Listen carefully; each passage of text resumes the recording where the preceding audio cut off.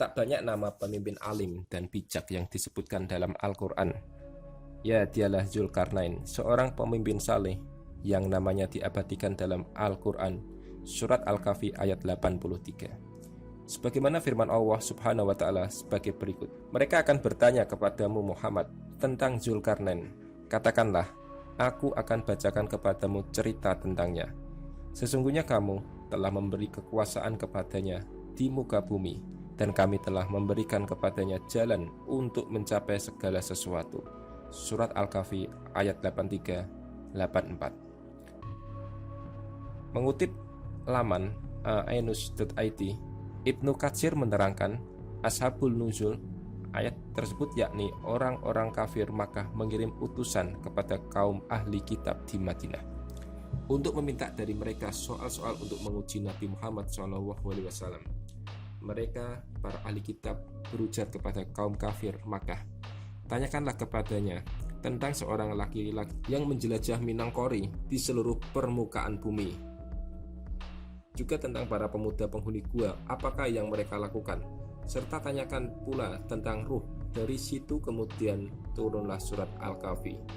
Dikisahkan bahwa kaum Yahudi datang kepada Nabi SAW, lalu menanyakannya kepadanya tentang kisah Zulkarnain. Rasulullah mengisahkan, di antaranya disebutkan pada Zulkarnain merupakan seorang pemuda Romawi dan ialah yang membangun kota Al-Iskandariyah. Disebutkan pula bahwa malaikat membawanya ke langit dan mempertemukannya dengan sejumlah kaum yang wajahnya menyerupai anjing. Di dalam riwayat ini terkandung kemungkaran. Ceritanya cukup panjang, tetapi predikat marfu'nya tidak sah. Sebagian besar diriwayatkan mengenainya bersumber dari berita-berita Bani Israel. Padahal sesungguhnya yang berasal dari Romawi ialah Alexander II, putra Philips Al-Makdoni, yang membuat penanggalan bagi bangsa Romawi. Adapun yang dimaksud dengan Zulkarnain telah disebutkan oleh Al-Azraqi dan lain-lain bahwa ia tawaf bersama Nabi Ibrahim saat beliau pertama kali mendirikan Ka'bah. Zulkarnain beriman kepada Nabi Ibrahim dan menjadi pengikutnya. Patihnya adalah Al-Khidir alaihissalam. Adapun Iskandar, anak Philips Al-Makdoni Al-Junani, patihnya adalah Aristoteles, seorang ahli filsafat yang terkenal. Dialah yang mula-mula merencanakan penanggalan Romawi. Dia memerintahkan Romawi pada tahun kurang lebih 3 abad sebelum Al-Masih dilahirkan.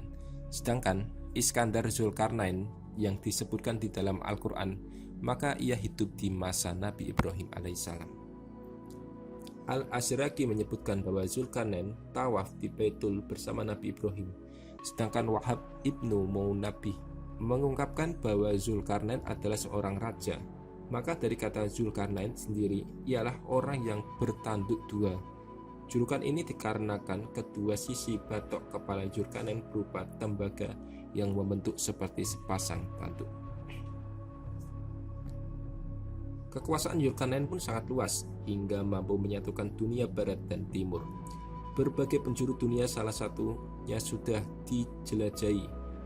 Hebatnya dia, setiap perjalanan Zulkarnain diberikan hak oleh Allah Subhanahu wa Ta'ala untuk bisa menghukum kaum yang ingkar atau melanggar perintahnya, termasuk saat membangun tembok pemisah berbahan besi dan tembaga untuk berlindung dari kejahatan kaum Ya'juj dan Ma'juj, dua suku yang akan muncul di akhir zaman sebagai makhluk perusak di atas muka bumi.